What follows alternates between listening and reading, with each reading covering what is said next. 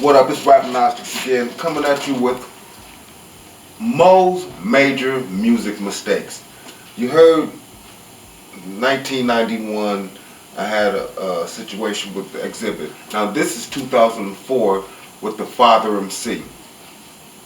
Now, this story is a fast forward for real. So, it was 2004. I was living in Ohio for 2 years now. I moved to Ohio in 2002. And was visiting the studio with Jason Edmonds, so of course I journal. So I'll just read to you what I put in my journal. So I was at the studio visiting with Jason Edmonds, and at the studio, there's a studio, the next door to the studio is another studio. Next door was the whole nine, John in Ontario.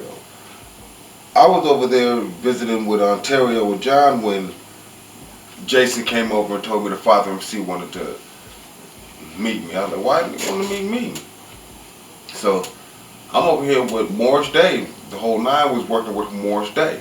So I'm over here with Morris Day and the whole nine drinking wine. We chilling. It was a good time. We was hanging out. Jason Edmonds, babyface nephew of Melvin Edmonds' son, he comes next door. He's a producer. He's actually in the After 7 now. He comes next door and tells me the Father MC wants to meet me. I'm like, what the? I know the Father MC. Why do you want to meet me? You go next door, I see the Father MC. I don't really recognize him, but he introduced himself. He's the Father MC. Everybody say that's the Father MC, so he must be the Father MC. So we hanging out after that every day. Me and him was together like this. Now, my mistake. It's 3 mistakes with the Father MC that I remember that can have destroyed my life. I should have made it a long time ago with the alcoholics, but now this is 2004. I'm 34 years old. I was 33 then. I'm going on 34 years old, and I'm out here still being an asshole. We were so close. His wife, Theresa Randel. I was a vegetarian. I didn't eat any meat. It was my 6th year. 6 years I didn't eat any meat. Theresa Randel made some pork chops. They were smelling good with rice and peas. Nigga, I asked for the butter bread with the rice and the peas, but the pork chops were smelling good. She made me 2. I said, let me just get 1. And I took some slithers off. I ate it. I ain't a vegetarian. From that day, from Theresa Randel's pork chops, I have not became a vegetarian again. I've been eating meat ever since then. Thank you, baby. I appreciate it. I remember even one day, I was asleep on the couch. I woke up one morning, and she was on her knees. Like, you know how you be on your knees and you're praying up to God? Like she was laying on her stomach, and they came up to her knees. She had on these black, like stretchy yoga pants. And this is like 2004. Yoga pants was just coming out. And I'm on the couch sleep.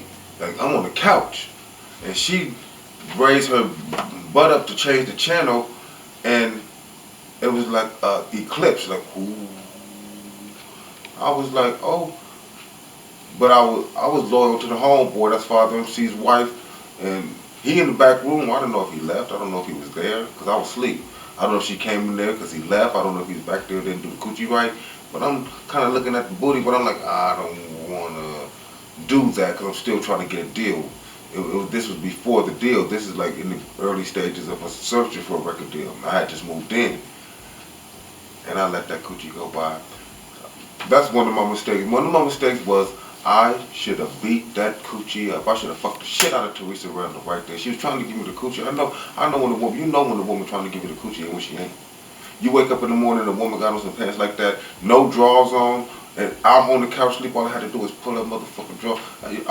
She knew I knew what to do, but I didn't do it. That was a motherfucking mistake. That was a major mistake, because I could have took her from him probably. I could have probably took his girl from me. Because me and homeboy started beefing after that for real. You know, Kevin Hart used to come over every day.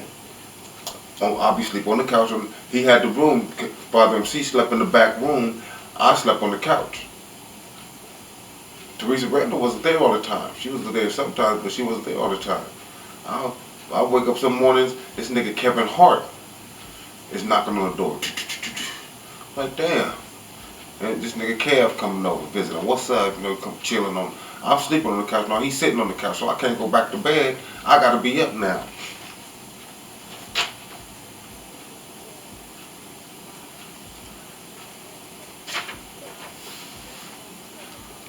We the first. Me, the Father MC, Kevin Hart, D. Ray Davis, one of the dudes from Milli Vanilli, and there was another producer. We the original Real Husbands from Hollywood. We we was always together every day doing crazy stuff, having all kind of shenanigans in the music industry, in the entertainment industry, trying to get deals, trying to get our life online, trying to get money, trying to make it in the Hollywood industry. That was me, Father MC, Kevin Hart, D. Ray Davis, Theresa Randel was there because she was with the Father MC. We had a whole crew.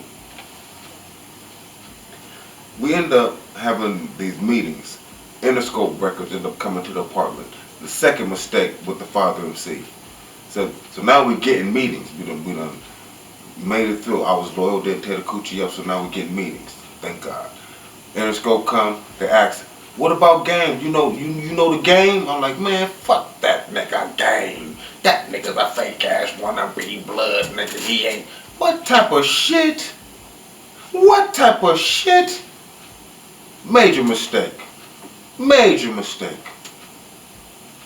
I know I should have said, you know what? Game, that nigga dope. He one of the best. He is the best. He's the Game, the dopest content with his beat selection. The way he chooses beats is dope. I would love to do a song with the Game and the Father MC, the Game and the Father MC, now from Kurupt. That'll bring a unity into the community. That'll be dope. And the scope is there. We could have did the song as a demo. We could have, even before we signed the deal, we could have demoed the song with Game. At least I would have had a demo with Game and the Father MC. But no. Funny style me, attitude me, big and most prideful me. Pride is a deadly sin. Killed my career. I knew I should have done better. The third one, we ended up signing with Atlantic Records. We didn't end up doing no song with Game. We didn't sign with Interscope. Nothing happened with Interscope. And I need to apologize to the Father MC for that. I need to apologize to Fran for that. I'm not gonna apologize for wanting to fuck your wife because you know what you did. And you know what kind of beef we got. So I should have fucked the shit out your wife when she tried to give me the coochie punk ass nigga. But I ain't even Father himself, but I still want to apologize for that, for ruining our chances with a deal with Interscope and doing a song with Game. And then when we got to the record deal, we got a record deal with Atlantic Records around this time, around Christmas time, we got a deal with Atlantic Records, 2004. I remember this time because I went to Babyface Christmas party at the Edmonds Towers, went to Tracy's Christmas party, drunk, had a bottle of wine, and sagging my pants. Everybody like, yeah, congratulations, Mo, we heard about your deal, yeah. And I'm like, yeah. Pride, look at this nigga. Atlantic book our studio sessions at Paramount Studios. We had Paramount recording.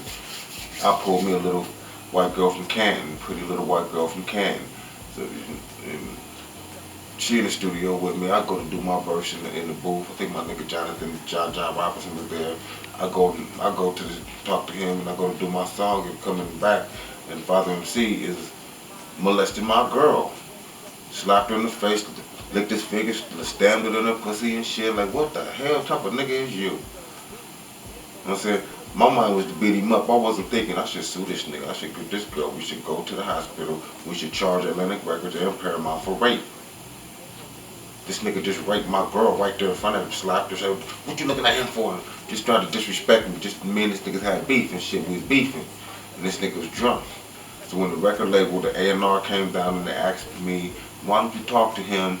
Because he's alcoholic. Nigga had a Hennessy bottle from this big all the way down on the $5,000 of our studio budget of Paramount on Hennessy. And we ain't did 2 songs yet. We ain't got 2 songs done. This nigga drunk and shit. The A&R executive asked me to talk to him. I said, this nigga grown in the record deal in his name anyway. We both got suspended. You know what I'm saying? My attitude. I fucked it up. My attitude. What I should have did was took her to the hospital, sued that nigga, or took her to the hospital, or not even took her to the hospital. I should have let her ass go because she disappeared. Said I talked to him, used the leverage of that girl, like she's at home, she don't want to come out, like I still got her. That, you know what I'm saying? He slapped her in the face, nigga, finger, had witness, and I could have had Atlantic put my name on the record deal and make him go under me, and he have to do what I say. I could have changed my life right then in 2004. I ended up going to prison the very next year for robbery. Ended up owning a strip club, pimping hoes, and doing cocaine. Fucked up. Fucked up my life. Having a bad attitude. I went straight down. Straight down from there. And I want to apologize again to the father MC. I could have helped us. I could have got us out of that hole way back in 2004. If I'd have did the right thing, I could have helped us way before we even got to that Atlantic situation. When we had that meeting with Interscope, I could have helped us. I could have did better for us. The reason you hired me, the reason you put me on, was for me to do what I should have did, and I didn't do that, and I apologize. I apologize, and I done fucked Theresa, so you got to leave. That's in my favor too. I wanted to, and I still do, but I didn't. But, you know what I'm saying? I didn't. And again, I need to apologize to my mom. She was right there. She was right there coming over to Father MC house up there, right there meeting Kevin Hart, right there with John B, right there with Babyface and Tracy. She was right there. And I dropped the ball. Sorry. Sorry, Mom.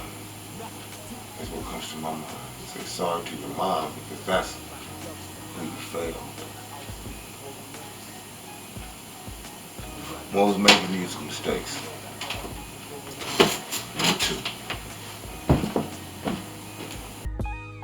How I feel. I had a homie growing up as a kid. Black man muzzled from the alcohol legs. Adolescent minds give a shit. Two niggas down with the show line cribs. Tripping with the essays, macking through a bitch. Dream to get old, try to get rich. Got it going on, still set trip.